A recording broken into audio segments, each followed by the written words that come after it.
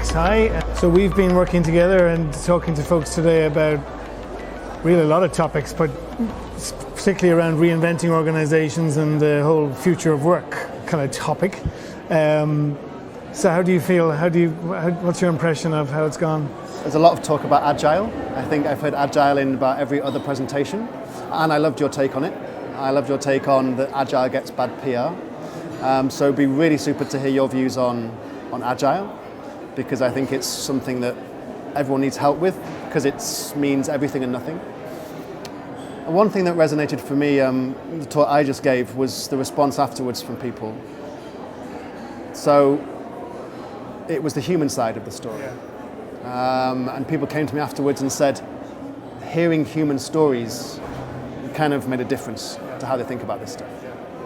I certainly have been very struck this conference about, it's been a couple of years now where things like topics and concepts like future of work and Agile, and it's been going on now, and you just get a sense that things have moved on, and people are getting more real about these topics now, and there's more evidence, more stories, more discussion on, what people actually done in this space.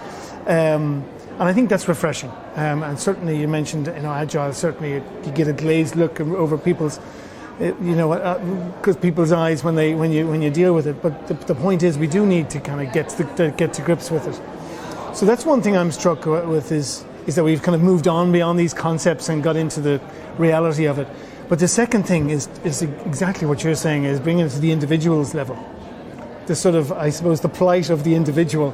How people in this kind of changing world of work are going to thrive in that change, rather than just cope and survive. I think that's what came across in your work, particularly in terms of taking a really hard look at the motivation of people at work and really kind of working out what those tests might be. Do you want to share with us maybe a couple of the ideas coming from your work with helping people cope with the stresses and strains of the world of work? Yeah, so in my experience as Chief Joy Officer, I've really worked out what I call the 4 keys to unleashing that motivation at work for individual human beings. And the 4 keys are around the fact that I belong, so that I feel this sense of belonging to the tribe. The other is that I am seen, so that I am recognized, appreciated as an individual within that tribe. The third thing is this sense of autonomy. I call it "it's my thing," so that people really have that sense of ownership, and that drives motivation, right? You want to make it better. And the final thing is I am growing. So that's about our own need to grow and develop and push ourselves forwards. So I call this the roots and fruits. And if a company can focus on creating an environment where those 4 things are possible, then it speaks to basic human psychological needs. And in doing so, it allows people to look forward to going to work on a Monday morning, right? If they are appreciated as part of a tribe, community doing stuff, if they can drive their thing forwards and grow, then that makes everything possible. And hopefully takes away a lot of the negativity around, I've got to go back to work now. And one word that struck me as I heard a couple of things today was the word care. First of all, we want people that care about what they do. That's the autonomy. I really care about this place and I care that we do well. On the other side is that, do we care about our people? So do you show that human side, right? That human connection, that human trust, that how are you doing? And to really care about human beings. Because with all this talk of technology and Agile and future of work, we forget that businesses are people. No more, no less. And by focusing a little bit more time on that human side, it makes a huge difference. That point about care came up as well with the sort of multiplicity of teams, that if you're a member on so many teams and you're being stretched from point A to point B and you've been maximized in terms of your time, then where do you get a chance to sort of settle and care, and actually put some time and thought into what you're doing at a sort of more big picture level? I found there was quite a lot of overlap with what you and I were talking about around this whole idea of the individual's kind of capabilities, the qualities that you kind of need to survive and thrive and to enjoy the changing world of work. And we were sharing our thoughts on what we've talked about being a personal agility model, because again, this word of agility, you talk about it at a team level and organizational level, but nobody ever talks about what does it look like at individual level. And we started to share some things around that, about learning mindset and being able to change orientation. But purpose, actually, and being driven by something that's important to you is actually a really important enabler of agility and resilience, and being able to connect in that, whether that's your own driving force or whether it's the mission and vision of the organization. But tapping into those qualities and skills of agility seem to be something also that's more important now for HR as well, to be able to select people with those kind of qualities as well, and for individuals to understand what they are, so that they can not only cope with the day-to-day work but also build a career for the future as well, knowing what those kind of skills are. So there seems to be a nice kind of resonance. There seems to be quite a lot of common denominators coming through from whatever perspectives people are coming from. Of course, there were so many wonderful messages in your talk about Agile and what it really is and what it really isn't. We haven't got long now, so what would if there's one thing you wish people would understand about what this whole Agile thing really is, what would your one nugget be? I think it's a recognition that it's kind of a multi-process. It's a bit like the skiing analogy that I had, that, as well as kind of navigating the current kind of week and the current kind of issues and challenges that you have today, we all need to be able to sort of lift our head above the parapet sometimes and understand where are we going, so we don't go over the cliff or whatever. So it's that idea of being able to sense and respond. But to do that, I keep coming back, as well as that orientation to learning, that openness, if you like, to learning, that learning mindset idea, being driven by people who kind of an understanding of your own kind of purpose, what you're at, what you want out of this situation, what you want out of this organization or out of this role. Because if I know what I'm about, then I'm more willing to take on maybe multiple projects or work with multiple teams. I might also be more inclined to say no. And actually, no, I don't want to do that. That's too much. So just be more aware about what it is you're about and what you want, because otherwise you end up just reacting and kind of being bounced around, and probably to a point where it gets unhealthy. Because I think some of the things we have in this kind of interconnected world as well is always on, always available, always, this fast pace of work that we're dealing with. We've got to have a kind of a central navigation system there, just to kind of make sure we don't go overboard or we don't burn out, etc. Yeah. There's a phrase that I really like, which is being on purpose. Yeah. So, meaning being obviously on your purpose. Yeah. Like, what is your purpose? Yeah. And it makes you therefore do things more on purpose. Yeah. Intentional. It's good. It's really good. More intentional, more mindful, more deliberate, more conscious rather than reactive. Correct. You can make the better choices. And I particularly liked the skiing analogy that you used about a skier has to constantly be aware of what he's doing right now, because there might be a stone or a thing that he has to avoid, but equally he's got to know where he's going. What I really liked about that, as you said, a skier is very disciplined, right? It's not just chaos. It's not like, well, just be agile and just do whatever, but that deliberate discipline of, they have to be disciplined, trained, toned, practiced, skilled, to be able to do both, to be able to look what's happening right now and be able to make sure they're still not going to hit a tree. It kind of works, just to break down what is kind of a tricky concept sometimes, and I think that's one of the reasons it gets such a bad press, is that it's kind of a tricky subject to get your head around, and it means different things to different people. But I think particularly in HR, and that's one of the good things I'm finding about this conference, is it doesn't shy away from asking the difficult questions and saying just because we don't like the sound of something, we're going to avoid it. No, actually, we have to get to the bottom of it and try and help people through that. So. Another thing I liked that you said was, you asked people to hold their hands up if they were getting annoyed with the phrase future of work. A number of hands went up, including mine, I have to say. Why do you think people are getting annoyed with the phrase future of work, or tired of it?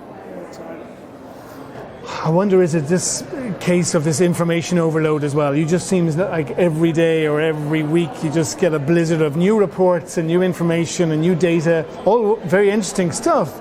Talking about the robots are coming, automation, the jobs are not going to exist, etc. So part of it is just information overload. And part of it is just the need to move on and say, okay, well, we know all that stuff is happening. We know it's true, and we know there's these different forces like different generations at work and globalization and technology. But the trick is really, well, so what? What difference? What do I need to do differently to prepare for that? That's where I think the debate needs to move on to, rather than talking about a concept that, at the end of the day, future of work, there isn't even a definition of it. It's just a label of convenience for lots of stuff that people throw in there, from robots to AI, etc. So I just think there's a sort of a mood now to move on with the debate and the discussion and say, okay, I get it, but what do I need to do to prepare for it and to help my organization or help individuals through it? And I think that's where the fun is now as well. And that's where... Well, the reason I held up my hand for being tired of the word future of work is because it gives people permission to say, that's in the future. Yeah. It's not happening now, that's happening in the future. And like you say, let's just do some stuff now. And if we're going to talk agile, just try stuff out, right? I loved your phrase, what was it? Think big, start small. Just think big, be consistent, but just try stuff out, give it a go. And we can do that in the HR world, in the business world. So yeah, instead of talking about the future's going to be grim or great or whatever, let's start today. I think there is something in that. I mean, we talked about it being first and foremost a mindset, because I think we have come maybe from the old world sort of plan and control kind of world, where we're used to kind of planning and shaping things to 100% before we let them go or launch them. Whereas now things are moving so fast that by the time we do that, then maybe the goalposts have changed or the outcome that we were designing for has changed. So actually we've no choice but to move on. And I think part of the trickiness of this sort of way of working is being comfortable with sort of letting go, experimentation, everything not being 100% cooked before it's going out. And that's part of the mindset shift, I think, that we all kind of are struggling with, because we like certainty as human beings. We like certainty. We like things to be clear. And I'm going to challenge you. Great. So yes, I understand, and I mostly agree with you. But I have to reflect on. So I do lessons from Sam, LinkedIn. Oh yes. Storylines. This is all about my 5-year-old boy and what he's taught me, and I think business. Out of the mouth of babes comes great truth. Yeah. Right, and his actions and. You talk about we like certainty, we don't like experimenting, trying things out, not knowing how it's going to turn out. That's all he does. He has no idea how it's going to end up. He kind of raids our kitchen, takes any food stuff he can and just chucks it all in a box and says, I'm experimenting. And that's how he's learned, right? That's how he learns. He's learned. And we lose that, don't we? We lose that. So that's my challenge to you, is that you say we like certainty. I think we've learnt to like certainty, but I think in our very essence as beings, experimenting, trying, learning, not knowing where it's going to end up, that's in us. Doesn't that come from, though, the huge area now, which is psychological safety? So in an organizational context and traditional sort of command and control leadership type models, that sense of playfulness or experimentation is something seen as a risk, time inefficient, and not the way things are done. So my point would be that through the kind of whole hierarchical plan and control way of work, we've got used to that sort of way, but now we can't. We've got to get back to Sam's world really to grow, because things are moving so fast. So I'd say keep up those discussions with Sam, because that's fantastic and it's true. But it is just a difficulty in transition, where I think the old command and control kind of way of looking at things. But to come back to that psychological safety point, that is one of the biggest things you hear in those organizations that have successfully moved into more experimentation and agile work, where leadership have allowed failure to exist without repercussion, without consequences. And people feel safe to put their hand up and say, can I not try it this way? Ask the silly question. So Sam's lucky because he's in an environment where this playfulness has been encouraged and recognized and rewarded, whereas unfortunately maybe not all organizations are yet in that space. True. Psychological safety is a big thing that I work with. So when I work with leadership teams, or indeed any teams, I use Patrick Lencioni's 5 dysfunctions of a team really good. and the pyramid. And nothing else is truly possible. No conflict, no commitment, no accountability, no team results, unless the team builds a base of vulnerability-based trust. And that's about that psychological safety, that we realize we're all just human beings. We take away the facades and the suits and the masks, and we go, we're actually just human beings who all have different skills, fears, failures, successes. Once we take all that away, only then is a team, and therefore an organization, able to truly go up the pyramid and start to create stuff and really have great team results. And that psychological safety is around the humanness. And the trust. And the trust. Yeah, I totally agree. Without that, you're not going to get that. Sam's not going to be comfortable in, trying something new if he doesn't trust that it's going to be okay. So I totally agree with you. I love that model too, because I think it speaks to the dysfunction of teams rather than trying to say, here's the perfect model of teams. Actually, no, here's how teams are messy and here's how they fail, and it gets to the heart of it, which is relationships and trust. So totally agree. Thank you. It's been really, really great just to reflect on some of the conversations that have been going on, and enjoy the rest of the conference. Thanks, you too.